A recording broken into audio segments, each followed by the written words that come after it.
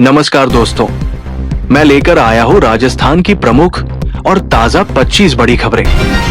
आज 6 दिसंबर 2025 खबरें तेज, साफ और भरोसेमंद रिपोर्टिंग के साथ राजस्थान के 25 प्रमुख और ताजा अपडेट लेकर हम शुरू करते हैं। राज्य कैबिनेट ने राजस्थान जन विश्वास संशोधन अधिनियम 2025 को मंजूरी दी है, जिसके तहत कई मामूली और तकनीकी उल्लंघनों में अब जेल की सजा हटाकर केवल आर्थिक दंड का प्रावधान लागू किया गया है। सरकार का कहना है कि इससे छोटे व्यापारियों और आमजन को बड़ी राहत मिलेगी।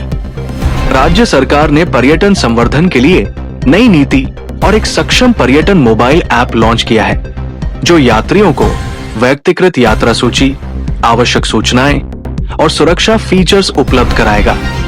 उद्देश्य है कि राजस्थान के पर्यटन को डिजिटल बढ़त और वैश्विक प्रतिस्पर्धा में नई मजबूती मिले। कैबिनेट ने किशनगढ़ हवाई अड्डे के विस्तार के लिए भूमि आवंटन का निर्णय पास किया है। विस्तार के बाद हवाई अड्डा जयपुर का प्रभावी वैकल्पिक केंद्र बन सकेगा, जिससे विशेषकर सर्दियों में कोहरे और रात की उड़ानों की सुरक्षा और क्षमता में सुधार होगा। जयपुर में 10 दिसंबर को होने वाले प्रवासी राजस्थानी दिवस की तैयारियों की उच्च स्तरीय समीक्षा की गई है। आयोजन में सांस्कृतिक कार्यक्रमों, निवेश सत्रों, सम्मान समारोह और सुरक्षा प्रबंधन के सभी आवश्यक प्रबंध लगभग अंतिम चरण में पहुंच चुके हैं। अब बढ़ते हैं अगली खबर की ओर।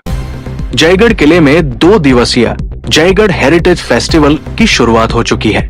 इस कार्यक्रम में विरासत वॉक, हस्तशिल्प प्रदर्शनी, लोक संगीत और पारंपरिक पाक कला के सत्र शामिल हैं, जिनका उद्देश्य युवा पर्यटकों और अंतर्राष्ट्रीय आगंतुकों को राजस्थान की विरासत से सीधे जोड़ना है।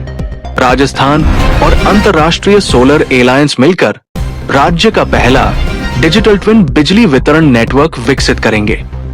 ये तकनीक बिजली ग्रिड की वास्तविक समय में निगरानी और प्रबंधन में मदद करेगी, जिससे नवीकरणीय ऊर्जा के बेहतर उपयोग और आपूर्ति की स्थिरता सुनिश्चित होगी। विधानसभा परिसर में नया सेंट्रल हॉल और आधुनिक ऑडिटोरियम बनाने को मंजूरी दी गई है। ये हॉल विधायकों की अनौपचारिक बैठकों, यूथ पार्लियामेंट, प्रशिक्षण कार्यक्रमों और कार्यशालाओं के आयोजन के लिए एक उन्नत और बहुउपयोगी स्थान के रूप में तैयार किया जाएगा।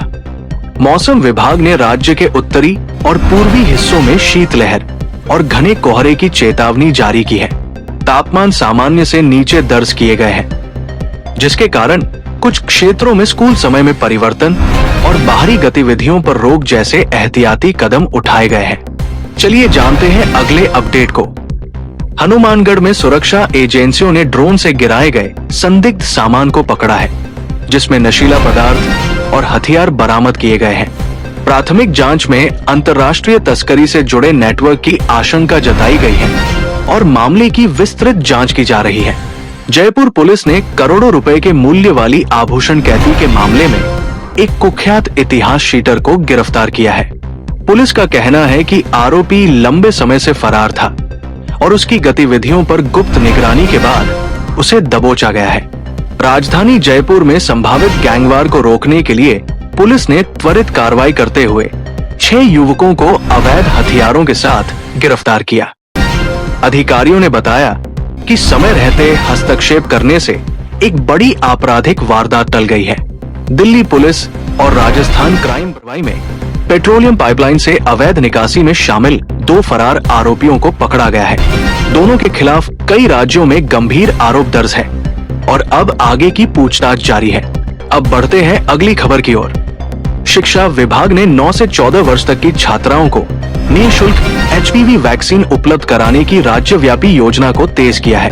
विभाग का कहना है कि ये पहल सर्वाइकल कैंसर की रोकथाम में प्रभावी साबित होगी और स्कूल स्तर पर टीकाकरण अभियान तेजी से आगे बढ़ रहा है। स्वास्थ्य विभाग ने जानकारी दी है कि पिछले 18 महीनों में राज्य में लाखों लोगों को एंटी रेबीज उपचार उपलब्ध कराया गया है और इस अवधि में किसी भी रेबीज जनित मृत्यु की रिपोर्ट नहीं हुई है।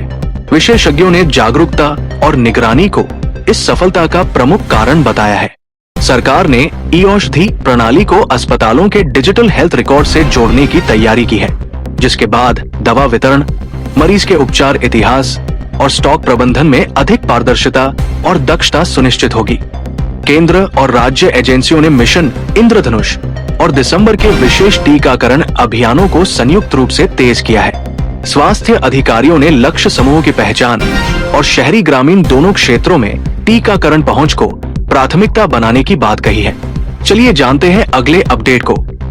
राज्य भर की गेहूं मंडियों में इस सीजन के खरीद दरों और उपलब्धता पर बारीकी से निगरानी रखी जा रही है। अधिकारियों ने बताया कि किसानों को उचित मूल्य और पारदर्शी खरीद प्रणाली उपलब्ध कराने के लिए सभी मंडियों में निरीक्षण बढ़ा दिए गए हैं। रीको ने अपनी डायरेक्ट अलॉटमेंट नीति के 7वें चरण की शुरुआत की है, जिसके तहत 100 से अधिक औद्योगिक क्षेत्रों में हजारों औद्योगिक प्लॉट आवंटित किए जाएंगे। सरकार का लक्ष्य है कि इससे निवेश में बढ़ोतरी और नए उत्पादन केंद्रों को गति मिलेगी। रीको ने 3 नई औद्योगिक परियोजनाओं को मंजूरी दी है, जिनमें रक्षा निर्माण संयंत्र, रिसाइकलिंग इकाई और एक तकनीकी प्रसंस्करण केंद्र शामिल है। इन परियोजनाओं से राज्य के औद्योगिक आधार को और मजबूत होने की उम्मीद है। राजस्थान में एनएलसी की सौर ऊर्जा परियोजना के एक चरण को सफलतापूर्वक कमीशन कर दिया गया है, जिससे राज्य की नवीकरणीय ऊर्जा क्षमता में महत्वपूर्ण वृद्धि हुई है। अधिकारियों ने बताया कि आगे के चरणों पर भी तेजी से काम जारी है। अब बढ़ते हैं अगली खबर की ओर। राजस्थान के जैसलमेर और टोंक में 2 नए सरकारी मेडिकल कॉलेज अगले शैक्षणिक सत्र से शुरू होने जा रहे हैं। अधिकारियों के अनुसार इससे मेडिकल सीटों की संख्या बढ़ेगी और जन स्वास्थ्य क्षेत्र में प्रशिक्षित विशेषज्ञों की उपलब्धता में उल्लेखनीय सुधार होगा।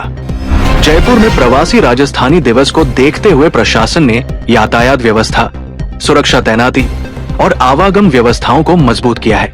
आयोजन स्थल के आसपास विशेष निगरानी और भीड़ प्रबंधन के लिए अतिरिक्त बल तैनात किए गए हैं। राज्य के कई उत्तरी जिलों में शीतलहर के चलते तापमान 5 डिग्री के आसपास दर्ज हो रहा है। कुछ ग्रामीण क्षेत्रों में स्कूलों को एहतियातन बंद रखा गया है। वहीं किसानों को ठंड से फसल बचाने के लिए जरूरी निर्देश जारी किए गए हैं। नगर निकायों ने प्रवासी दिवस से पहले शहरों में स्वच्छता और सुविधाओं के सुधार को लेकर विशेष अभियान चलाया है। मुख्य सड़कों, सार्वजनिक स्थानों, होटल क्षेत्रों और आयोजन स्थल के आसपास सफाई और निरीक्षण तेज किए गए हैं। अब बढ़ते हैं अंतिम कुछ खबरों की ओर। राज्य सरकार ऊर्जा, पर्यटन और रक्षा क्षेत्रों में नई नीतियों के एक समेकित पैकेज को अंतिम रूप दे रही है। इन नीतियों का उद्देश्य बड़े पैमाने पर निवेश आकर्षित करना और रोजगार के नए अवसर पैदा करना है। कृषि और ग्रामीण उद्योगों के लिए बायो एंटरप्राइज और रिसाइकलिंग परियोजनाओं के निवेश प्रस्तावों को उच्च स्तरीय मंजूरी मिल रही है। अधिकारियों ने बताया